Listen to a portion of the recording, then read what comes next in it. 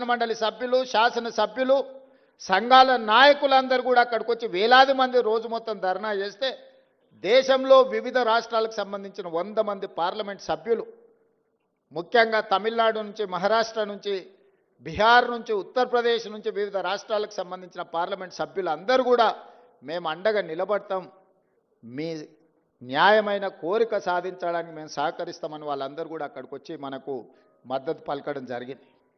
అయినా బీఆర్ఎస్ వాళ్ళు అక్కడికి రాలేదు, బీజేపీ వాళ్ళు అక్కడికి రాలేదు. నేను ఒకటే అడుగుతున్నది, కాంగ్రెస్ ధర్నా కాదు, కాంగ్రెస్కు లాభం చేకూర్చేది కాదు. బలహీన వర్గాలకు సంబంధించి బహుజనుల కోసం రిజర్వేషన్లను పెంచుదామని దేశంలో ఉండే అన్ని పక్షాలు అక్కడికి వచ్చి మద్దతు ఇచ్చినాయి.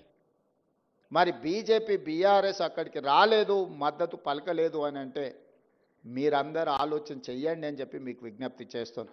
నేను ఆరోపణలు చేయదలుచుకోలే, నేను విమర్శించదలుచుకోలే, కానీ సమస్యను పరిష్కరించే శక్తి వాళ్ళ దగ్గరనే ఉంది. ఈరోజు అడ్డుపడుతున్నది కిషన్ రెడ్డి గారు, మోడీ గారు కాదా? ఈరోజు రాష్ట్రపతి దగ్గర చిక్కుకున్న విద్యా ఉద్యోగ అవకాశాలలో 42% రిజర్వేషన్, స్థానిక సంస్థల్లో ఇవ్వాల్సిన 42% రిజర్వేషన్, చంద్రశేఖరరావు గారు తెచ్చిన 50% పరిమితిలోనే రిజర్వేషన్లు ఉండాలని తెచ్చిన ఆర్డినెన్స్ తొలగాలి అని అంటే కిషన్ రెడ్డి, మోడీ గారు రాష్ట్రపతి గారికి చెప్పాలి. అడ్డంపడే మీరు తొండి వాదన, మొండి వాదన చేస్తున్నారు. ఇందులో మీరు బీసీ రిజర్వేషన్లలో ముస్లింలను కలిపినరని, చదువుకున్న వాళ్ళు, కేంద్ర మంత్రులుగా పనిచేస్తున్న వాళ్ళు, ఈ దేశంలో రాజ్యాంగంలోనే ప్రొవిజన్ లేదు, మత ప్రాతిపదికన రిజర్వేషన్లకు తావు లేదు. మత ప్రాతిపదికన ఏ రిజర్వేషన్ ఉన్నా 2 నిమిషాలలో సుప్రీంకోర్టు కొట్టేస్తుంది. మేము పంపించిన బిల్లుల్లో కానీ, మేము పంపించిన ఆర్డినెన్స్లో కానీ ఎక్కడైనా మత ప్రాతిపదికన 1% 0.1% రిజర్వేషన్ అయినా ఉందా మీరు చూపించండి అని చెప్పి బీజేపీ, బీఆర్ఎస్ నాయకులను నేను అడుగుతున్నా. ఎందుకు అబద్ధాలతోని బలహీన వర్గాలను అడ్డుకుంటున్నారు, బహుజనులకు అన్యాయం చేస్తున్నారని నేను వేదిక మీద నుంచి అడగదలుచుకున్నా. చట్టంలో ఎక్కడా లేదు. నిజంగానే ఒకవేళ ముస్లిం రిజర్వేషన్లను తీయాలన్న ఆలోచన మీకు ఉంటే, మీ సిద్ధాంతమే అదైతే, నాగ్పూర్లో ఆర్ఎస్ఎస్ కేంద్ర కార్యాలయం ఉంటుంది. 1970 నుంచి దాదాపుగా 20-25 ముస్లింలో ఉన్న ముస్లిం మతాన్ని పాటించే సామాజిక వర్గాలకు బీసీ రిజర్వేషన్ మహారాష్ట్రలో ఉంది. మీరు తొలగించగలరా?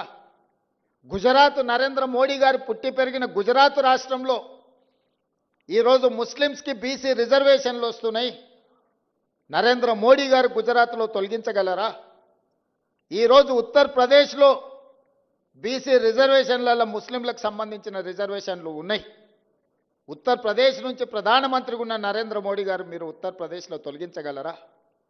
దూదేకులు కానీ, నూరు భాష కానీ, ఇతర ముస్లిం వెనుకబడిన వర్గాలు మొదటి నుంచి బీసీలలో రిజర్వేషన్లు ఉన్నాయి. మన దగ్గర కూడా దూదేకులకు రిజర్వేషన్ ఉంది, నూరు భాష ఉంది.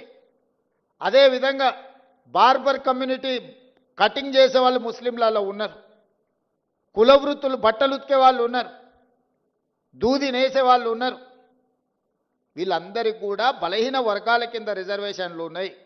50-60 సంవత్సరాల నుంచి వాళ్ళకి రిజర్వేషన్లు ఉన్నాయి. ఇవాళ కొత్తగా ఎవరు ఇచ్చింది లేదు.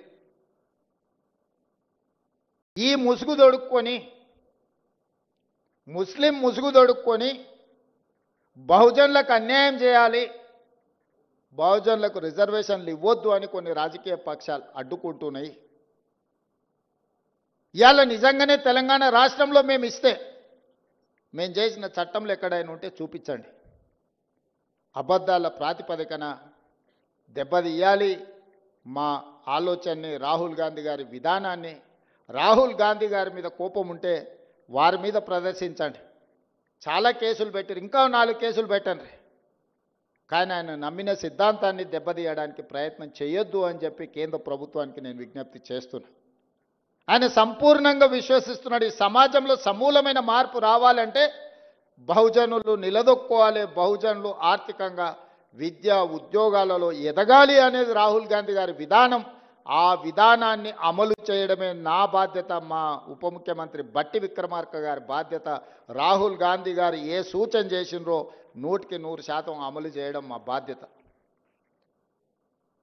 ఇవాళ క్రమంలో వస్తాయి సమస్యలు, మాకు తెలుసు. ఆ సమస్యల్ని పరిష్కరించుకుంటూ ముందుకు వెళ్తాం. సమస్య వచ్చినప్పుడు, సమస్య మీద మేము కొట్లాడినప్పుడు మీరు అండగా నిలబడాల్సిన నైతిక బాధ్యత మీ వైపున ఉన్నదని చెప్పి నేను భావిస్తున్న ఈ వేదిక మీద నుంచి మీకోసమే నిలబడి కొట్లాడినప్పుడు నైతికంగా మీ మద్దతు మాకుంటే మాకింకా ధైర్యం వస్తుంది, దాని అమలు వేగంగా చేయగలము. మీ అందరు అండగా నిలబడాలి. చివరగా ఇంతకుముందు మిత్రులు పొన్నం ప్రభాకర్ గారు